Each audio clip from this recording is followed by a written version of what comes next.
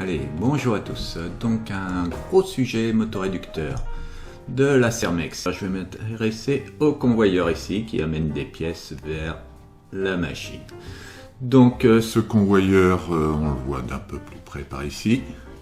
Il est composé d'une bande ici de transport qui est activée par un motoréducteur caché en bas ici.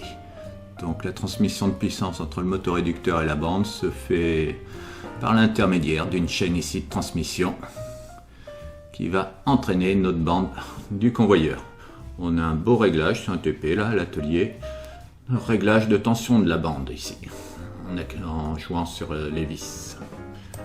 Alors on voit bien là, bien mieux le réducteur avec une transmission par chaîne à la sortie. Le tapis qui va être entraîné grâce à un pignon et le système de réglage de tension de la bande. On fait reculer le rouleau ici qui guide la bande ou on le fait avancer. Mon petit réducteur, il est composé d'un pignon ici. On a le moteur électrique à droite, d'un petit pignon qui entraîne une grande roue dentée. Sur l'arbre ici, on a usiné directement un engrenage qui entraîne la roue dentée ici, un autre arbre à la sortie. Arbre de sortie. Donc dans ce dossier que vous pouvez télécharger et imprimer, il y a des documents, donc constructeur ici, ça c'est des documents SKF pour les roulements, on choisira un roulement. Ici on a des documents pour les joints à lèvres. Vous avez également une nomenclature assez balèze, commence à y avoir beaucoup de pièces sur ce sujet. Et voilà le plan du motoréducteur. Donc un moteur d'un côté, le réducteur de l'autre. Donc on a le rotor à ce niveau-là qui est guidé par un montage de roulement ici. On a un ventilateur là pour refroidir l'ensemble. On a le stator autour, le rotor au milieu. Et la sortie de ce moteur électrique, on a un petit pignon qui entraîne une grande roue dentée ici, qui est fixé sur l'arbre. Sur l'arbre, on a usiné directement les engrenages. Donc encore un montage de roulement ici. L'arbre il est guidé par des roulements. Donc cet engrenage là va entraîner la grande roue dentée qui se trouve ici, qui est fixée sur l'arbre. Transmission avec une clavette ici. Et on a l'arbre de sortie ici, guidé par des roulements. Et le petit pignon à chaîne. C'est ici que se situe la chaîne de transmission vers le tapis.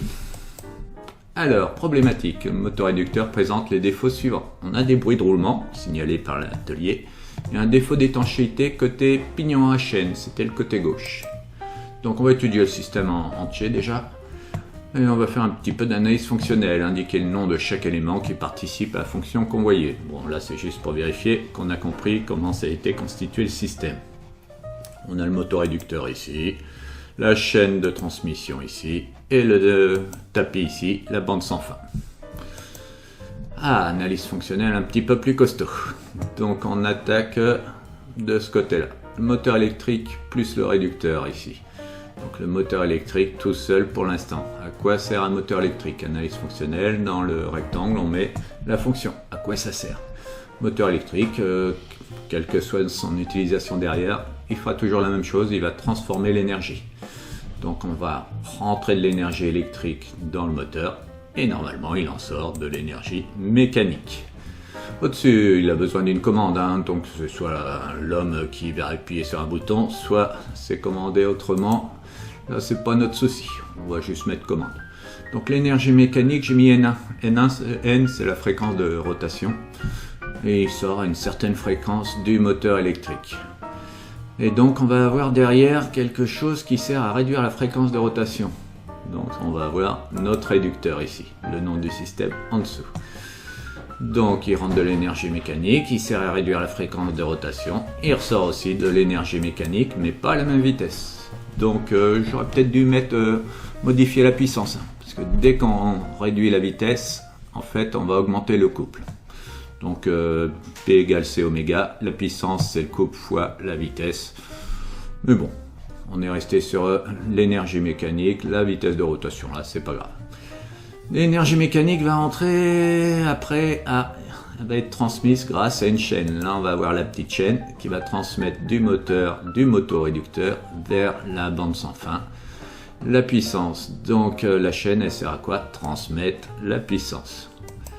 Et là, donc il ressort de l'énergie mécanique, j'ai mis N3. Parce que la vitesse, bon, si c'est les mêmes diamètres de pignon ici et en haut, la vitesse sera la même, mais il suffit de jouer un peu sur les diamètres là, on peut encore avoir une réduction de vitesse et donc augmenter encore le couple. Et on finit avec la bande sans fin. À quoi sert la bande sans fin? On a les produits finis qui rentrent, les produits finis qui sont convoyés qui sortent. Ben, elle sert à promener les petits produits vers la machine. Donc, transporter les produits. Voilà pour l'analyse fonctionnelle. Donc, si vous n'êtes pas au point, il y a une vidéo sur la chaîne Macaron Glouton. Allez voir ça, analyse fonctionnelle SADT. On continue. La fonction des pièces suivantes, repère 26. Alors, le 26, c'est l'anneau élastique pour alésage ici. Ben, il sert à bloquer notre roulement. Donc, faire un arrêt axial, suivant l'axe, sur la bague extérieure du roulement. Repère 28. Donc, dès que vous parlez de pièces, il faut donner le repère. C'est beaucoup plus clair, on risque moins de se tromper. Repère 17. Une clavette. Elles servent toujours à la même chose, les clavettes. Allié en rotation, mon arbre et la pièce ici, mon pignon pour la chaîne. Donc, repère 9 et repère 47, liés en rotation. Repère 6, un ventilateur. À quoi sert un ventilateur? À refroidir le moteur électrique. Ça, c'était pas trop dur. Et on a arrivé à trouver dans la nomenclature son nom, même si on ne reconnaît pas sur les plans. Repère 40, les vis de fixation ici, elles servent à fixer le couvercle sur le bâti. Donc fixer repère 3 sur repère 2. Voilà pour la fonction des pièces. Indiquer le type d'étanchéité pour les joints suivants. Donc ici le plan. Donc étanchéité statique, c'est un joint entre deux pièces qui ne bougent pas l'une par rapport à l'autre. Étanchéité dynamique, c'est on met un joint entre deux pièces qui bougent l'une par rapport à l'autre. Repère 34, c'est celui-là. Donc le ventilateur et l'arbre ici tournent. Et le repère 34, il fait son étanchéité au niveau de la lèvre ici. Donc avec le bâti là qui ne bouge pas. Donc c'est une étanchéité dynamique entre une pièce qui bouge et une pièce qui ne bouge pas. Repère 35, un joint à lèvres, c'est toujours de l'étanchéité dynamique pour les joints à lèvres. Mon arbre ici vaut mieux qu'il tourne, c'est le rotor. Le repère 36 derrière, c'est la même chose. Mon arbre de sortie vaut mieux qu'il tourne. Et ça, c'est le bâti qui bouge pas. C'est donc une étanchéité dynamique. Et le dernier joint, c'est celui qui est sous le couvercle ici. Donc le couvercle, en fonctionnement normal, ça bouge pas. Étanchéité statique, on en a quand même un. Voilà, suite, donner la désignation normalisée des pièces suivantes. Repère 36. Donc on a un joli joint à deux lèvres ici. Donc moi j'utilise le guide du dessinateur industriel, le Chevalier. Donc type AS, c'est celui-là à deux lèvres. Donc dans ce livre il y a toujours des exemples de désignation, il faut le chercher, mettre un coup de fluo dessus, si c'est votre livre. Donc on va écrire joint à lèvres, type A. S pour nous, puisqu'on a deux lèvres, et il faut petit d fois grand D fois E. On regarde sur les dessins ce que c'est que ça. Petit d c'est le diamètre intérieur, grand D c'est le diamètre extérieur, et E c'est l'épaisseur. Sur le plan, on n'a plus qu'à mesurer le diamètre intérieur, diamètre extérieur et son épaisseur. Et on devait trouver joint à lèvres. Enfin, j'ai mis deux lèvres parce qu'il en a deux, mais je pouvais le laisser. Joint à lèvres, c'est le type AS qui dit qu'il y en a deux. 25 x 42 x 7, voilà pour les dimensions. Attention au plan du dessin, il me semble qu'il est à l'échelle, celui-là. Repère 40, alors il y a une vis de fixation, une vis à tête hexagonale, on le retrouve dans le livre, et il y a l'exemple de désignation. Donc partiellement fileté, entièrement fileté. Là le filetage il s'arrête ici, on est sur du partiellement fileté. Donc on va écrire vis à tête hexagonale ISO 4014, on mesure le diamètre fois la longueur sous tête, diamètre fois longueur sous tête, et derrière on met la qualité d'acier. Donc sur les plans on voit pas quelle qualité c'est, mais je mets toujours 8.8 pour les vis. C'est histoire de penser si j'ai réellement à les commander, il faudra se pencher sur la question de qualité d'acier. Bon, normalement en maintenance on remplace les pièces à l'identique, donc il suffit de regarder quand c'est des qualités d'acier spéciales. Regardez sur la tête de vis, il y a un marquage de la qualité. Donc vis à tête hexagonale, ISO 4014, M6 c'était le diamètre ici, x 16 longueur sous tête et 8.8 qualité d'acier. Et donc si vous n'êtes pas au point sur les désignations des éléments normalisés, vous avez une vidéo. Donnez la signification des désignations de matériaux ci-dessous. Alors un C22, c'est un acier non allié. 22, c'est le pourcentage de carbone qui a été multiplié par 100. On a 0,22% de carbone. ENAB, donc c'est un alliage d'aluminium. 44200, c'est une codification. Il faut avoir un gros bouquin pour savoir ce que ça veut dire exactement. Je ne l'ai pas. Par contre, entre crochets, on a l'ancienne désignation. Alliage d'aluminium, 12% de silicium. Et je sais que AB, ça veut dire moulé. Alliage d'aluminium moulé, 12% de silicium. Alors, celui-ci, c'est le plus compliqué. L'acier faiblement allié. Le 16, c'est le pourcentage de carbone qui a été multiplié par 100. Il ne peut pas y avoir 16% de carbone dans un acier. Donc, on est à 0,16% de carbone. Le 18 est pour le chrome. Le 10 pour le nickel. Par contre, ce ne sont pas les vrais pourcentages. Sur les faiblement alliés, il y a un coef 4. Donc on fait 18 divisé par 4, ce qui me donne 4,5% de chrome, 10 divisé par 4, 2,5% de nickel. Acier faiblement allié, 0,16% de carbone. Voilà pour les désignations de matériaux. Donc pareil, vous avez une vidéo si vous n'êtes pas au point. Alors, j'attaque maintenant du schéma cinématique. Voilà la partie que j'aime bien. Et le coloriage de mes plans. On a un joli plan ici. On va mettre en rouge tout l'ensemble bâti, ce qu'on appelle une classe d'équivalence cinématique. C'est toutes les pièces qui ne bougent pas les unes par rapport aux autres, en fonctionnement normal. Parce que le couvercle ici, par exemple, si j'enlève les vis, il peut bouger par rapport au corps. Mais en fonctionnement normal, il vaut mieux qu'il soit fixé et qu'il reste immobile. Donc en rouge, tout l'ensemble bâti, ça va faire toute cette partie-là. J'aurais pu colorier aussi, là c'est le fond du bâti ici, le stator aussi, pareil de ce côté-là. J'ai laissé du blanc, ça fait bien ressortir les autres couleurs, mais théoriquement tout ça c'est du rouge. En jaune, l'ensemble arbre moteur plus le rotor, l'arbre moteur ici, et le rotor. Voilà du jaune. Et pareil pour le ventilateur là, tout ça, ça aurait dû être jaune. Je ne l'ai pas colorié. Et on voit bien la partie jaune qui ressort, qui va entraîner l'arbre intermédiaire ici, repère 8, que l'on a là. Et donc pour les roulements, j'en ai pas encore parlé, au niveau du schéma cinématique, du coloriage, les roulements ils sont dans deux groupes en même temps. Donc ce roulement là, il est en même temps dans le groupe rouge et en même temps dans le groupe bleu, puisqu'il a une bague qui va tourner avec l'arbre et l'autre bague qui restera fixe dans le bâti. Donc mes roulements, je peux les retrouver en deux couleurs. Et donc, dernière partie en vert, l'arbre de sortie ici, avec sa grande roue dentée et le pignon ici qui entraînera la chaîne. Voilà pour le coloriage. Et donc, les joints à lèvres ici, ils sont dans le bâti, ils sont avec le bâti. Voilà une bonne base pour aller faire le schéma cinématique derrière. Donc, ce qui est demandé maintenant. On va avoir des liaisons pivots au niveau des éléments tournants ici. Donc deux roulements, ça fait une seule liaison pivot. C'est l'ensemble des deux roulements qui nous crée la liaison pivot. Donc on va mettre une pivot ici. Mon arbre intermédiaire qui est là, il est en pivot aussi par rapport au bâti. Donc la pivot, je peux la mettre soit au milieu de l'arbre, soit sur le côté droit, soit sur le côté gauche, ça n'a aucune importance. Le schéma cinématique, ça vous représente les mouvements, mais pas la disposition des pièces. Ce qui me donne en corrigé, liaison pivot ici, mon arbre moteur, ça c'est un engrenage qui entraîne une grande roue dentée ici.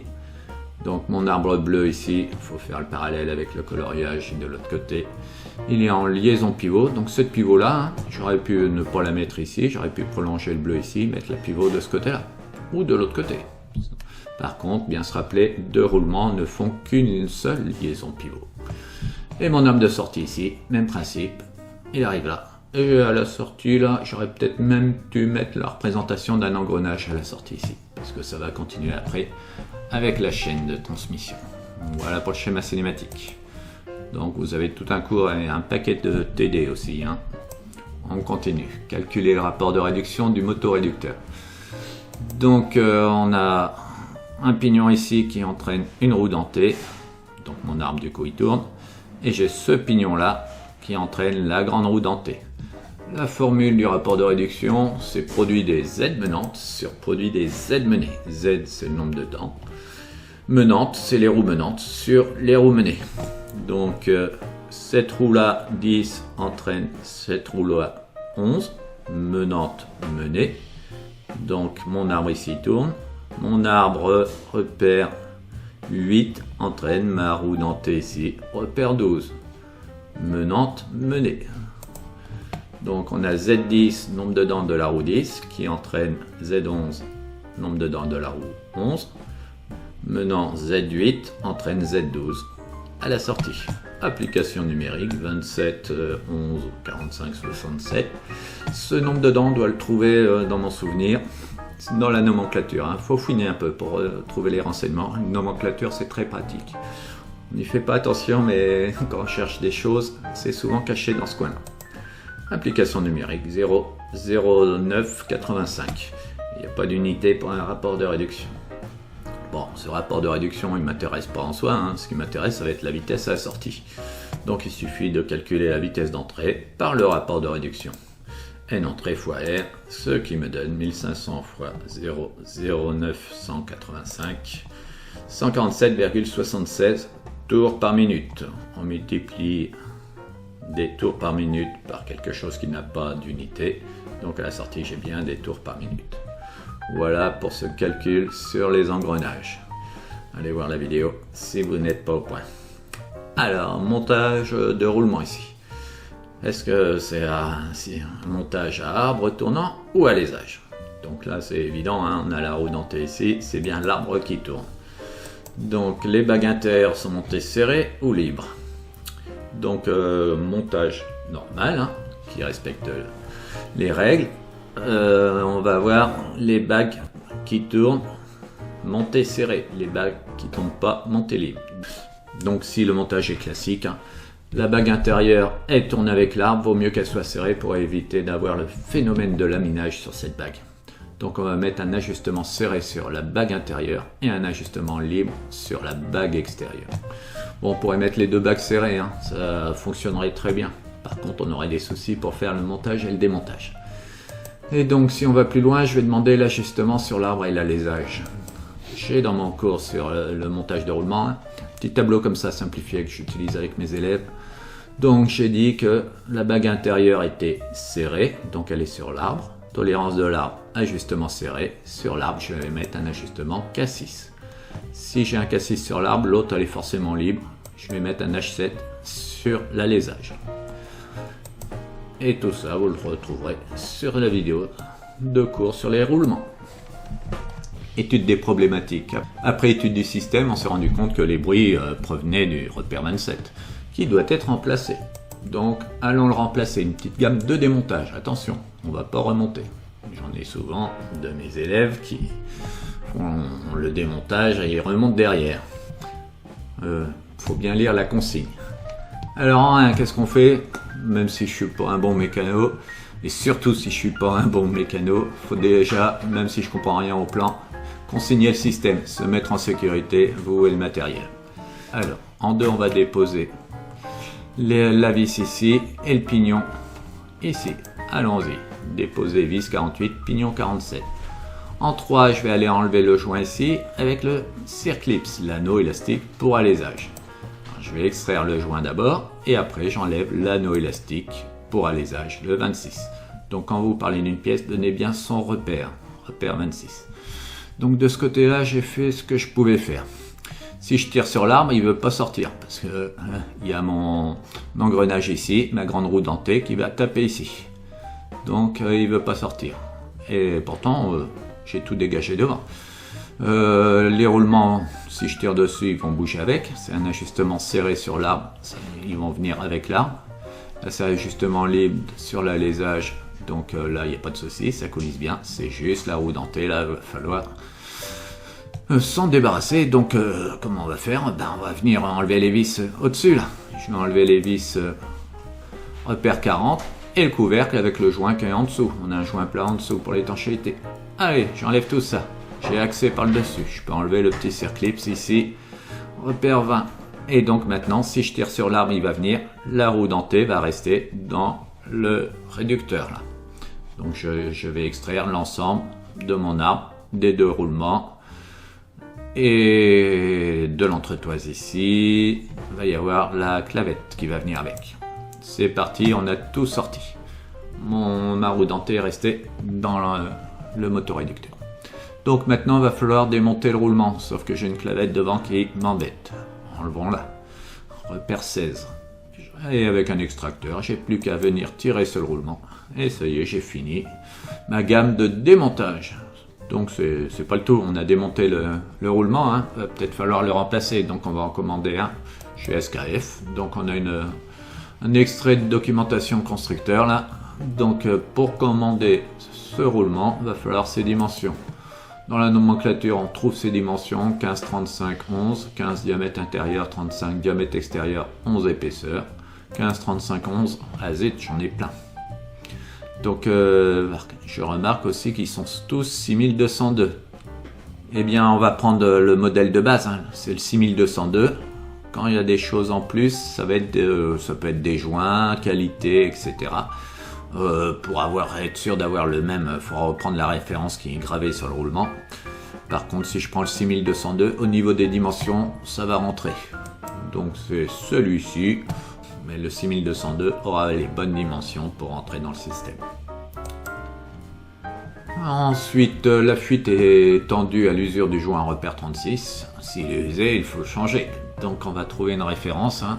Fabricant en Polstra, c'est un extrait de document constructeur. Alors, comment ça marche? IE plus la référence Polstra pour joint à une lèvre, IEL quand on a deux lèvres, pour joint à deux lèvres, plus la référence.